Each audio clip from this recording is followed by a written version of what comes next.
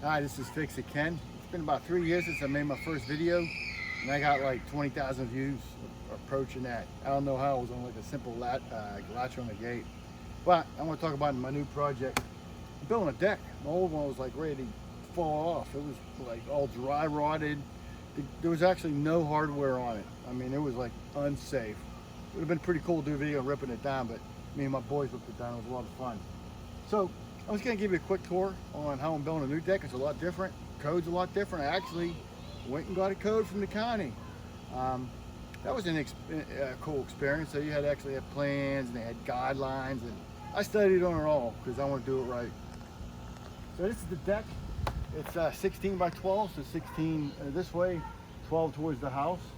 And the original deck had an end post flush with the joist beam. That's what this is. You come over and take a look. This is a double beam here, nailed together. But they didn't use it. All he did was use some lag bolts, and he had posts on the inside, and they were only what 3/16 lag bolts or something, 3/8 lag bolts. So what I did is, the new code is you can't do that. You can't be holding up decks in this part of the U.S. with lag bolts only. You have to have posts supporting the deck. So if you look at this, and you can see them back there, I got 4 posts on this beam. This beam's gonna be flush with the joists. It's a 4x6, and that's under supporting the beam.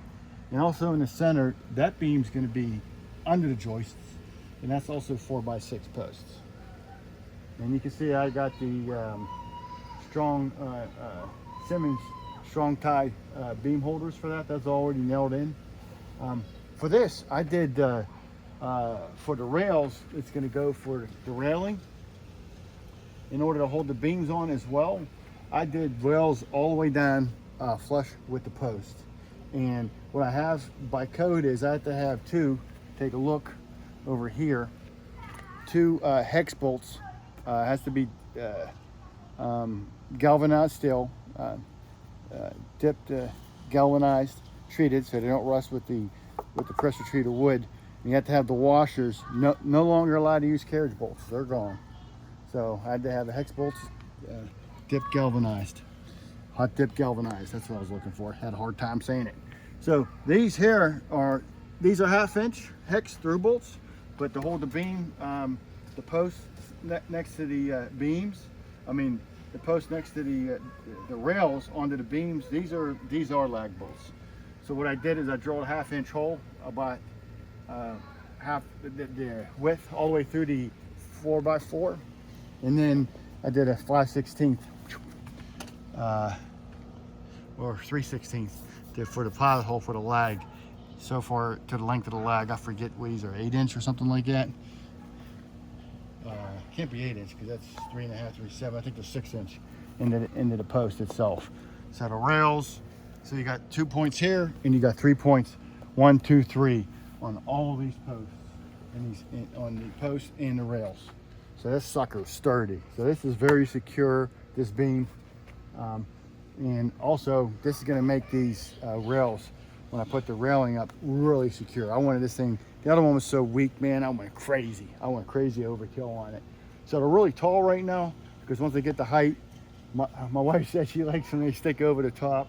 Once we get them all in, we'll cut them off to the height where it looks cool. So I'm overbuilding it. I'm having a good time. A lot of work, family's involved. So what I did as far as the footers in this area, you can have footers buried. You have to have at least 1 foot deep into the soil, and the footer has to be at least 8 inches thick. So all the holes I dug were 24 inches deep, and they were round. They had to be 14 inches in diameter, and I poured cement in them, and I usually got anywhere between the cement had to be 8 to 10 inches deep. And then I put the post on there, cut them to length, took my time, used the level, all these. This thing is perfectly square. And I should show you. I got a laser a tape measure. I'd stick here from this corner to that corner, It's 95.5 feet exact. So this baby is square. It is plumb. I can go in here, put my level on any of these, and it'll be plumb. Be nice to have my level out here, but that's my quick tour. Maybe I'll show you later what I use, the tools I use to get everything plumb and so level. Next step is joists. I'll show you that. Got to use a lot of hangers now. And then we also got to do the steps. And then once we get the joists up, it's going to be the decking. And then after the decking, we'll put all the rails up and finish it off. So that's just a brief tour. Next time, I'll bring some tools on it and show you how I got things so plumb. Just give you a demo. I can't do it now, I already did it. I was so wrapped up in trying to get it done that I didn't want to take stop time and do filming. Kind of wish I did, but this is what I have to do.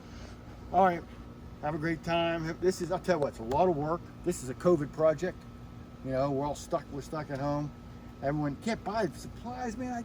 I have to keep 10 runs of Home Depot and Lowe's and wait for stuff to come in stock. Every time I get there, it's a mad rush. I keep checking online to get materials. It took me a while to get these are 2x8s. These are 2x8s by 16s for the beams. Took me forever. Same with the 2x8 by 12s. They didn't have them in stock. Oh, my ledger board. My ledger board is a combination of lag bolts, and I have a few through bolts here. It's all overkill. By the time this thing is done, man, you could probably put a hot tub on here and a couple elephants at the same time.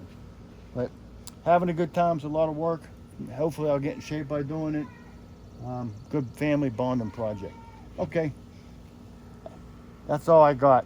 Have fun, keep on building. I'll show some videos specifically on how I got things plumb after this. I'll show you what tools I used to add to this. All right, peace out.